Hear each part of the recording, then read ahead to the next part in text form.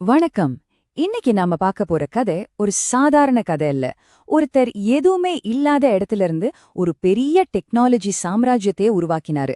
அவர் பேரு ஷிவ் நாடார். யோசிச்சு பாருங்க, கம்ப்யூட்டரே இல்லாத ஒரு நாட்டுல ஒரு குளோபல் கம்பெனி எப்படிங்க உருவாக்க முடியும்? வாங்க இந்த இன்ட்ரெஸ்டிங்கான கதையை முழுசா பார்க்கலாம். ஆமாங்க, இந்த கேள்வியை கொஞ்சம் யோசிச்சு பாருங்களேன். இதுதான் ஷிவ் நாடார் தனக்குத்தானே கேட்டுக்கிட்ட முதல் கேள்வி.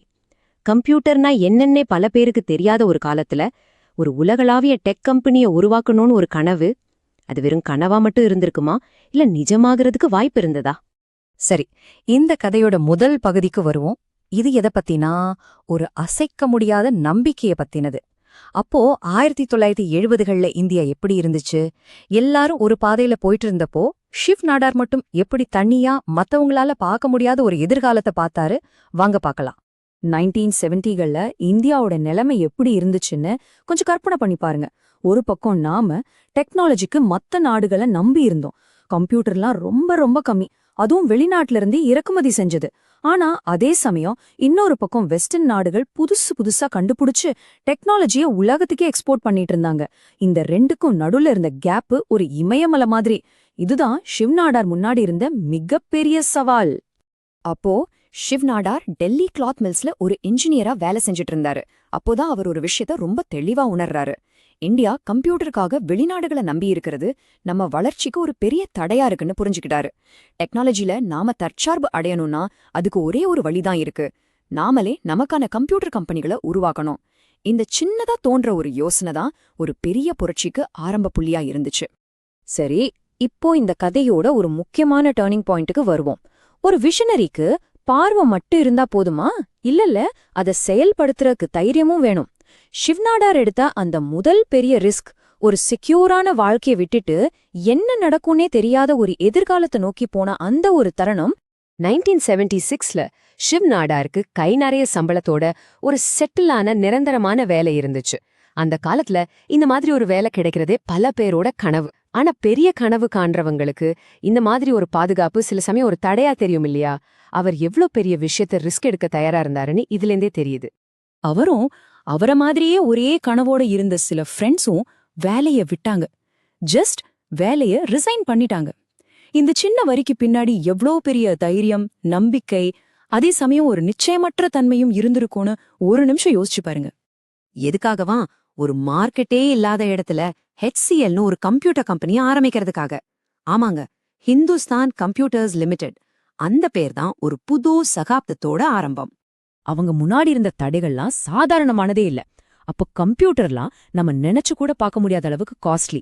இந்தியாவோட டெக்னாலஜி இன்ஃப்ராஸ்ட்ரக்சர் ரொம்பவே லிமிட்டடா இருந்துச்சு. எல்லாத்துக்கும் மேல கம்ப்யூட்டர் வாங்குறதுக்கு ஒரு மார்க்கெட் இருக்கானே தெரியாத ஒரு நிச்சயமற்ற நிலைமை. சரி, ரிஸ்க் எடுத்தாச்சு. அதுக்கப்புறம் என்ன? ஒரு சின்ன ஸ்டார்ட் அப்பா ஆரம்பிச்ச அந்த கனவு எப்படி ஒரு குளோபல் பவர் ஹவுஸா மாறிச்சு? HCLோட அந்த பிரம்மாண்டமான வளர்ச்சியை இப்ப பார்க்கலாம். 1976ல நமக்கான உள்நாட்டு டெக்னாலஜியை உருவாக்கணும்னு HCLல ஆரம்பிக்கிறாங்க. 70கள் 80கள்ல இந்தியாவோட முதல் உள்நாட்டு கம்ப்யூட்டர்கள்ல ஒன்ன உருவாக்கி ஒரு முன்னோடியா மாறுறாங்க. அடுத்த 90கள்ல வெறும் ஹார்ட்வேர் மட்டும் இல்லாம சாஃப்ட்வேர் சர்வீசஸ், குளோபல் சொல்யூஷன்ஸ்னு தங்களோட எல்லையை விரிவுபடுத்துறாங்க. அப்புறம் என்ன, 2000களுக்கு அப்புறம் இன்னைக்கு வரைக்கும் HCL டெக் உலகோட டாப் IT சர்வீசஸ் கம்பெனிகள்ல ஒன்னா வளர்ந்து நிக்குது. அவர் என்ன சாதிச்சாருன்னு பார்த்தோம். ஆனா அது அவர் எப்படி சாதிச்சாரு, அதுதான் இங்க முக்கியம். ஒரு பெரிய கம்பெனியை உருவாக்குறதுக்கான அந்த சீக்ரெட் அவரோட தனித்துவமான லீடர்ஷிப் ஸ்டைல்ல தான் ஒழிஞ்சிருந்துச்சு. அது என்ன தெரியுமா? முதல்ல ஊழியர்கள், 2வதா வாடிக்கையாளர்கள். கேக்குறதுக்கே கொஞ்சம் வித்தியாசமா இருக்குல்ல, ஆனா இதுக்கு பின்னாடி ஒரு பவர்ஃபுல்லான ஸ்ட்ராட்டஜி இருக்கு. இதோட லாஜிக் ரொம்ப சிம்பிள்.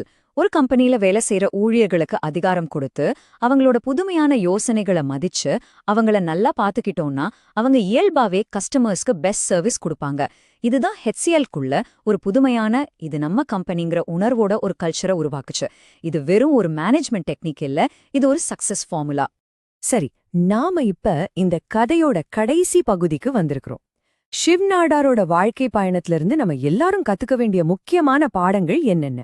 பிசினஸ் சக்சஸையும் தாண்டி நம்ம சமுதாயம் மேல அவர் என்ன தாக்கத்தை ஏற்படுத்தினாரு? ஷிவ் நாடார் வாழ்க்கையிலிருந்து நாம கத்துக்க வேண்டிய 4 முக்கியமான பாடங்கள் இருக்கு. 1, யோசிச்சு ரிஸ்க் எடுங்க.